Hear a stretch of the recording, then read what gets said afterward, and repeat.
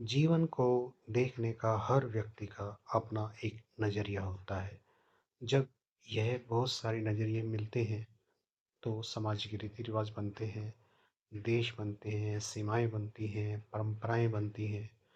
सभ्यता चाहे कितनी भी ऊँची उठ जाए, लेकिन मनों के अंदर एक अभाव बना रहता है, खालीपन बना रहता है। चाहे हम कितने संपन्न हो जाएँ, चाहे हमारे पास कितनी भी चीज़ें आ जाएँ, फिर भी खालीपन और लालसा हमारे जीवन में बनी रहती है।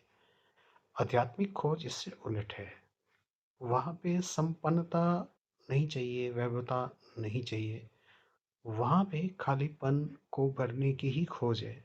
क्योंकि इन सब के रहने के बाद भी खालीपन है तो इसका मतलब सच्चाई कुछ और है और उस खालीपन को भरने का तरीका कोई और है। संपन्नता की दौड़ वो केवल दौड़ है, प्रतियोगिता है कि फला व्यक्ति के पास इतना कुछ है तो मेरे पास भी होना चाहिए। वो वास्तविकता नहीं है। वास्तविकता के लिए आपको कुछ समय अकेले बैठना होगा, सोचना होगा अकेले बैठ के और फिर समझना होगा वास्तविकता को। तभी आपको वास्तविकता का मूल मंत्र समझ आएगा। तभी आपको पता चलेगा कि जिस प्रतियोगिता में आप भाग रहे थे, वो जीवन का लक्ष्य है नहीं और हो भी नहीं सकता। जब आप बैठते हो, चिंतन करते हो, तो बहुत सारी बातें आपके समक्ष आके खड़ी होती हैं। लेकिन चिंतन करने के लिए आपको चिंतन करने वाला माइंड चाहिए, यानी कि चिंतक माइंड चाहिए। चिंतक माइंड कहाँ से आएगा?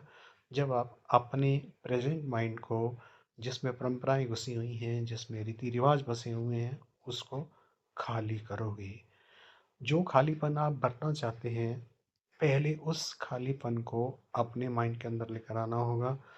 तब आपको आगे का रास्ता मिलना शुरू होगा।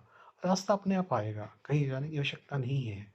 बस जिस माइंड को आप भरना चाहते हो, सबसे पहले उसी को खाली करना सीख लो।